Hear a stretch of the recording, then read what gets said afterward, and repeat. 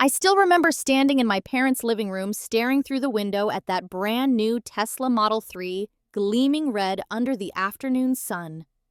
My younger brother Dylan had just graduated from college, and there it was, his graduation gift parked in the driveway like a trophy. 4 years earlier, when I graduated, I got a used laptop and a phone call because my parents were on vacation in Hawaii. I never complained. I had learned to expect less. But I never imagined that car would become the beginning of the end of everything I believed about my family. Before we dive into what happened next, let me know in the comments where you are watching from today. If you have ever felt invisible in your own family, hit that like button and subscribe to this channel. Stay with me because what comes next changed everything I thought I knew about love, loyalty, and what it really means to be family. My name is Vada, and I am 28 years old. I work as an accountant at a mid-sized firm in the city, about 3 hours away from the small town where I grew up. I have always been the responsible one, the eldest son who was supposed to set the example, carry the weight, and never ask for anything in return. Dylan is 4 years younger than me. He was 24 when this whole thing happened, fresh out of college with a business degree and a world of opportunities waiting for him. From the moment he was born, Dylan was different in my parents' eyes. When he was 3 years old, he got really sick. Some kind of respiratory infection that put him in the hospital for 2 weeks. My parents thought they were going to lose him. After that, everything changed. Dylan became the child they needed to protect at all costs, and I became the child who could handle himself. My dad owns a small building supply store in town. He built it from the ground up, working 60-hour weeks for most of my childhood. My mom was a nurse before she retired, always caring for others, always putting everyone else first. They are not bad people. They are not villains. They just somehow convinced themselves that loving Dylan more visibly was necessary. And loving me less obviously was acceptable because I was strong enough to handle it. I remember when I was 16 years old, I wanted a bicycle so badly. All my friends had bikes, and I wanted to ride with them after school. I asked my dad if he could help me buy one. He said money was tight, but if I wanted it bad enough, I should earn it myself. So I got a job at a pizza place 3 nights a week after school. It took me 4 months to save up enough for a used bike from a garage sale. When Dylan turned 12, my parents bought him a brand new mountain bike for his birthday. I remember looking at that shiny bike and thinking, maybe they just had more money now. Maybe things were different. When it came time for college, I worked my way through. I got scholarships, took out loans, and worked part-time jobs every semester. I graduated with honors and $32,000 in debt. Dylan went to the same state university 4 years later. My parents paid his entire tuition. When I asked my mom about it, she said Dylan was not as independent as me, that he needed more support. I swallowed my feelings and told myself it made sense. My college graduation was a quiet affair. My parents sent flowers and called me from Maui, where they were celebrating their anniversary a week early. They said they were sorry they could not make it, but they were so proud of me. When Dylan graduated, they threw a party with over 50 guests, catered food, and a live band playing in the backyard. I drove 3 hours to be there, smiling and clapping, when my brother walked across the stage to receive his diploma. And then came the Tesla. I remember the exact moment. We were all standing in the living room after the graduation party. My dad told Dylan to close his eyes. My mom guided him outside, giggling like a teenager. When Dylan opened his eyes and saw that red Model 3 with a giant bow on top, he screamed so loud the neighbors came outside to see what was happening. He hugged my parents, jumping up and down, tears streaming down his face. I stood behind them watching. I tried to smile. I really did. But there was this ache in my chest, this hollow feeling that I could not shake. My mom turned around, saw me standing there, and walked over. She put her hand on my arm and said, "Do you see how happy your brother is? He deserves this after working so hard for 4 years." I nodded. I did not trust myself to speak. She continued, "You understand, right? You have always been so self-sufficient. Dylan needs more encouragement." I understood. I had always understood, That was the problem. 3 weeks after the graduation party, my phone rang at 2 in the morning. I was dead asleep, exhausted from a long week of closing quarterly reports at work. When I saw my mother's name on the screen, my heart dropped. She was crying so hard I could barely understand her. Between sobs, I caught the words, "Dylan accident and please come home." I threw on clothes and got in my car without even brushing my teeth. My hands were shaking as I pulled onto the highway. Every worst-case scenario ran through my mind. Was Dylan hurt? Was he in the hospital? Was he alive? I called my dad while driving. He picked up on the first ring. "Dad, what happened? Is Dylan okay?" "He is fine," my dad said, his voice tired and strained.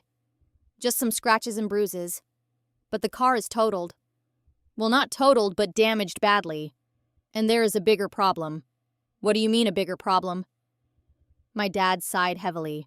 "Just get here, Veda. We will explain everything." I drove those 3 hours in 2.5, my mind racing the entire time.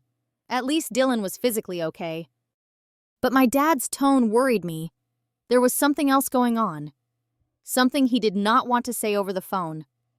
When I finally pulled into my parents' driveway around 5:30 in the morning, the sun was just starting to come up. I could see the Tesla in the garage, its front end crumpled like a soda can. The hood was bent upward, the headlights shattered, and the bumper was barely hanging on. I walked inside and found Dylan sitting on the living room couch. He had a bruise on his forehead and a bandage on his left arm, but otherwise he looked fine. My parents sat across from him in the armchairs, both looking like they had aged 10 years overnight. "What happened?" I asked, looking at Dylan. He would not meet my eyes. He just stared at the carpet, picking at a loose thread on his jeans. My dad cleared his throat. "Dylan went out with his friends last night. They went to some bar to celebrate someone's birthday. Dylan had a few drinks." I felt my stomach clench. "How many drinks?" "Enough that he should not have been driving," my mom said quietly. Dylan finally looked up. "I thought I was fine," he said. "I only had like 4 beers over 3 hours. I felt completely sober." "But you were not," I said. "No," he admitted. "I lost control on Miller Road. Hit the Thompsons' fence and part of their garden." The Thompsons? I knew them. Mr. Thompson was a retired cop. Mrs. Thompson made the best apple pie in the county and always brought it to church potlucks. "Did they call the police?" I asked. My dad nodded. "They called, but by the time the police showed up, we had already brought Dylan home. The Thompsons told the police they did not see who was driving, just saw the car crash and then drive away." So Dylan left the scene of an accident while intoxicated. The room went silent. I looked at my brother, at my parents, at the fear written all over their faces. And I knew even before they asked that something terrible was coming. My dad leaned forward in his chair. "Vada, we need to ask you something. And before you respond, please just hear us out." My mom reached over and took my hand. Her fingers were cold and trembling. "The police are going to investigate," she said. "When they find out Dylan was driving drunk, he will be charged with DUI and leaving the scene of an accident. He could go to jail. His entire future will be ruined. That job offer from the marketing firm? Gone. Everything he worked for gone." I pulled my hand away slowly. "What exactly are you asking me?" My dad took a deep breath. "We want you to tell the police that you were driving the car. You were not drinking. You have a clean record. It would just be a simple accident. You would pay a fine, maybe get some points on your license, but that is it. No DUI, no criminal charges, no destroyed future." I could not believe what I was hearing. "You want me to take the blame for something I did not do?" My mom started crying again. "It is not like that. We are just asking you to help your brother. That is what family does. We protect each other." I looked at Dylan. He was staring at me now, his eyes red and puffy. But he did not say anything. He did not apologize. He did not tell our parents to stop. He just sat there waiting to see if I would save him like I always had. "What about my job?" I asked, my voice shaking. "I am an accountant. If I have an accident on my record, If there is any kind of insurance fraud investigation, I could lose my CPA license. I could lose everything I have built. My dad waved his hand dismissively. It is just a fender bender as far as anyone knows. No one got hurt. You would be fine. But Dylan would not be fine if he faced the consequences of his own actions. No one answered. I stood up from the couch. I need some time to think about this. My mom grabbed my arm. Please, Vada, do not overthink it. Just say yes. Do it for your brother. Do it for this family. I gently removed her hand and walked to my old bedroom. I closed the door behind me and sat on the bed I had slept in as a child, surrounded by faded posters and dusty trophies from high school soccer. And I wondered how I had ended up here being asked to sacrifice my future for someone who had never once been asked to sacrifice anything for me. I did not sleep that night. I just sat in my old room looking at photographs on the walls. There was one of me and Dylan when we were kids, maybe 7 and 3 years old. I was holding his hand, leading him across a stream on some family hike. I remembered that day. I remembered being so proud that he trusted me to keep him safe. Around midnight, there was a soft knock on my door. Dylan came in without waiting for an answer. He sat down on the edge of my bed, looking smaller than I had ever seen him look. Vada, he said quietly. I know this is messed up. I know I am asking too much. I waited. He continued. But you have always been the strong one. You have always figured things out. I am not like you. If I get a DUI on my record, I will fall apart. You would find a way to handle it. I would not. I stared at him for a long moment. Do you hear yourself right now? You are not apologizing for what you did. You are apologizing for not being able to handle the consequences. Those are two very different things. Dylan's face crumpled. I am sorry. Okay, I am sorry I messed up. I am sorry I am not as strong as you. I am sorry I have always needed more help. But that is just who I am. No, I said, feeling something shift inside me. That is who Mom and Dad taught you to be. They taught you that someone else would always clean up your mess. And you know what? You believed them. Dylan did not respond. He just sat there, tears running down his face, and for a moment I almost felt sorry for him. Almost. That is the difference between us, I said. I was never given the option to be weak. I had to be strong because no one was going to catch me if I fell. But you have been falling your whole life, and someone has always been there with a safety net. Dylan wiped his face with the back of his hand. So you are not going to help me? I did not answer. He eventually got up and left the room. The next morning, my parents tried again. My mom made pancakes, my favorite from childhood, as if carbohydrates could make up for asking me to commit a crime. We sat around the kitchen table, the Tesla's damaged remains visible through the window. Have you thought about what we discussed? My dad asked, trying to sound casual. I have. And I looked at both of them, at the desperation in their eyes, at the way they leaned forward, like my answer was the only thing that mattered in the world. Before I give you my answer, I said, I need to ask you something. When I graduated college, why did you go to Hawaii instead of coming to my ceremony? My mom blinked, thrown off by the question.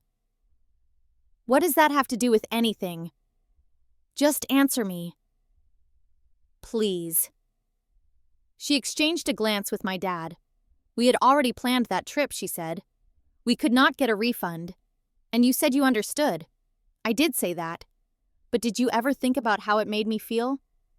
Silence. When I was 16 and wanted a bike, you told me to earn it myself. When Dylan wanted one, you bought it for him. When I went to college, I paid my own way. When Dylan went, you covered everything. When I graduated, you sent flowers from another state. When Dylan graduated, you threw him a party and bought him a $60,000 car. My dad's face hardened. We did the best we could with what we had. You cannot blame us for your brother needing more support. That is just it, Dad. I do not blame you for supporting Dylan. I blame you for never supporting me. And now, after everything you are asking me to risk my career, my reputation, my entire future, to save Dylan from the consequences of his own choices. Again. My mom started crying. If you do not do this, Dylan could go to prison. Is that what you want for your brother? I pushed my plate away and stood up from the table. What I want is for Dylan to grow up. What I want is for you to see me as something more than the backup plan. What I want is to matter to this family. You do matter, my dad said, but his voice lacked conviction. I shook my head. No, I do not. And I think I have always known that. I just did not want to believe it. I walked outside to the garage and stood in front of the wrecked Tesla. I ran my hand over the crumpled hood, feeling the cold metal beneath my fingers. This car cost more than my entire college education. This car was supposed to represent how proud my parents were of Dylan's accomplishments. And now this car was going to be the thing that finally made me say enough. I went back inside. My parents and Dylan were all standing in the living room waiting. I am not going to take the blame for Dylan, I said. I am not going to lie to the police. I am not going to risk my career and my integrity to protect him from something he did to himself. My mom let out a wail like I had physically struck her. How could you do this to us? To your own family, I am not doing anything to you. Dylan made a choice to drink and drive. Dylan made a choice to leave the scene of an accident. Those were his choices, and these are his consequences. My dad stepped toward me, his face red with anger. If you walk away from this, do not bother coming back. You will not be welcome in this house. I felt those words like a knife in my chest, but I also felt something else, something I had not felt in years. Freedom. I love all of you, I said, but I also love myself. And I have finally realized that loving this family has always meant erasing myself. I cannot do that anymore. I picked up my keys from the counter and walked toward the door. Dylan's voice stopped me. Vada, wait. I turned around. He looked broken, terrified, like a child who had just realized the world was not going to bend to his will anymore. I'm sorry, he said. I'm really sorry. I know you are, I said. And I hope that someday you will understand why I could not do this for you. Not because I do not love you, but because I do. I walked out the door, got in my car, and drove away. The next few months were the hardest of my life. Dylan was charged with DUI and leaving the scene of an accident. He lost his license for 6 months and had to complete a court-mandated rehabilitation program. The job offer from the marketing firm was rescinded when they found out about his charges during the background check. My parents did not speak to me for 2 months. No calls, no texts, no emails. It was like I had died. Some of my relatives reached out to tell me what a terrible son I was, how I had abandoned my family when they needed me most. A few others, mostly cousins my age, quietly sent messages of support, telling me they respected what I had done. I threw myself into my work. I exercised every morning. I saw a therapist who helped me understand that setting boundaries was not the same as being selfish. Slowly, painfully, I started to rebuild myself into someone who did not need his family's approval to feel worthy. 3 months after I left, Dylan called me. I almost did not answer, but something made me pick up. His voice was different, quieter, more thoughtful. Vada, he said, I have been doing a lot of thinking, and I wanted to tell you that I get it now. I sat down on my couch, not sure what to expect. In the rehabilitation program, he continued, I met people whose lives were destroyed because no one ever made them face consequences. Guys who kept drinking and driving until they killed someone. Women who lost their kids because they never learned to take responsibility. And I realized that if you had taken the blame for me, I would have learned nothing. I would have kept being the person who expected everyone else to fix his problems. I felt tears forming in my eyes. Dylan, I said, no, let me finish. I'm sorry for everything, not just for asking you to take the blame, but for all of it, for letting Mom and Dad treat you like you did not matter, for never standing up for you, for taking and never giving anything back. You deserved better. You have always deserved better. I could not speak. I just sat there crying silently, feeling something that had been broken for 28 years finally start to heal. "Thank you," I finally managed. "You do not know how much this means to me." "I do," he said, "because I finally understand what it cost you to say no." 6 months after that phone call, my mom reached out. She did not exactly apologize. That is not really her way. But she said she missed me and wanted me to come home for Thanksgiving. I agreed, not because I had forgiven everything, but because I was ready to try. The holiday dinner was awkward at first. Everyone was too polite, too careful. But after the meal, my dad asked me to come out to the backyard. We stood there in the cold, looking up at the stars, not saying anything for a while. Finally, he spoke. "I'm not good at this, you know that. But I want you to know that I have been thinking about what you said, about how we treated you differently, and I think maybe you were right." I looked at him surprised. He had never admitted to being wrong about anything in his life. He continued, "I cannot change the past, but I can try to do better, if you will let me." It was not the perfect apology, it was not even close, but it was something, and sometimes something is enough to start. Dylan ended up getting a job at a smaller company, working his way up from an entry-level position. He calls me every few weeks now. We talk about regular things, work, sports, dating. But underneath all of it, there is a new respect that was never there before. He sees me now, really sees me. And I see him too, not as the golden child, but as a flawed human being who is trying to become better. Looking back, I realized that saying no to my family that day was the hardest thing I have ever done. But it was also the most important, because I learned that loving someone does not mean destroying yourself for them. True love has boundaries. True love holds people accountable. True love says, "I care about you enough to let you face your own consequences, because that is how you grow." If you have ever felt invisible in your own family, if you have ever been asked to sacrifice yourself to protect someone else from their own mistakes, I want you to know that you have the right to say no. You have the right to matter. You have the right to be loved, not for what you can do for others, but simply for who you are. Family is not about who shares your blood. Family is about who respects your boundaries, who celebrates your victories, who stands beside you without asking you to shrink yourself to make them feel bigger. I do not know what the future holds for me and my family. We are still figuring it out, one conversation at a time. But I know that for the first time in my life, I am part of that family as my whole self, not as the responsible one, or the backup plan, or the safety net. Just as Veda. And that is enough. That is more than enough. If this story touched you, I would love to hear your thoughts. Have you ever had to set a difficult boundary with your family? How did it turn out? Drop your experience in the comments below. Your story might help someone else who is going through the same thing. If you found value in this video, please hit that like button. It helps more than you know. And if you have not already subscribed to this channel, and turn on notifications so you do not miss any future stories. Share this video with someone who might need to hear it. Sometimes knowing we are not alone in our struggles can make all the difference. Thank you so much for watching and for being part of this community. I wish you the courage to stand up for yourself and the wisdom to know that your worth is not measured by how much you sacrifice for others.